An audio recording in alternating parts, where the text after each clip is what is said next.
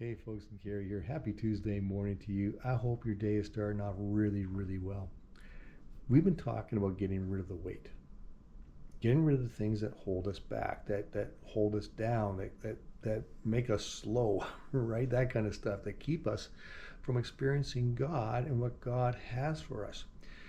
Sometimes this is in talking about the weight, we can limit what we believe God will do in our life. I'm thinking of Moses. Actually, I'm working on Sunday's sermon, and we're going to talk about Moses in front of a burning bush and how God gives him this plan. This is what you're going to do. And Moses' response is, I can't do it. He limits what he thinks God can do. And God's like, will you knock it off? I'm God. And that's something that we got to deal with in our lives. God will give you dreams, and God will give you desires, and God will give you passions, things that he wants you to do. And then we will limit that. We'll look at it and say, nah, that's not me. I can't do that. Well, if God's giving you the desire, then yes, you can. Now, you probably can't do it on your own. You need God to help you to do it, and that's the point. But don't limit what God says.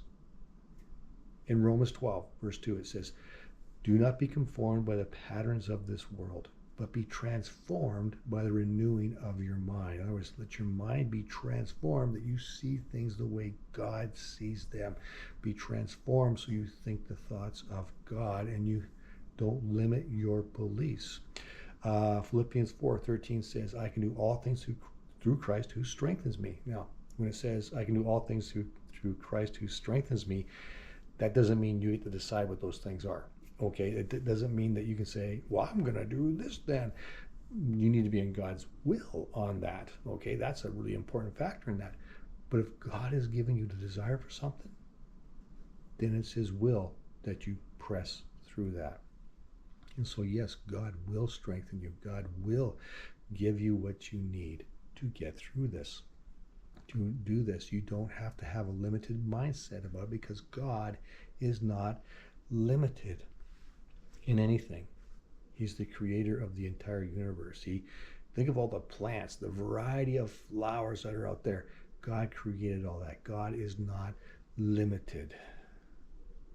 And so we got to get our mind set on him. Our mind needs to be transformed, that we think God thoughts and not ours. So don't be limited. Oh, there you go. There's an alarm. Have a fantastic Tuesday. Don't limit what it is that God is going to do in your life. Get rid of that. Instead, trust him and trust what he's bringing to you. So kind of like with Moses in front of that bush. Believe that what God says, God will do, because he will. He's a good, good father. Have a great Tuesday. Thank you for watching. We'll see you tomorrow.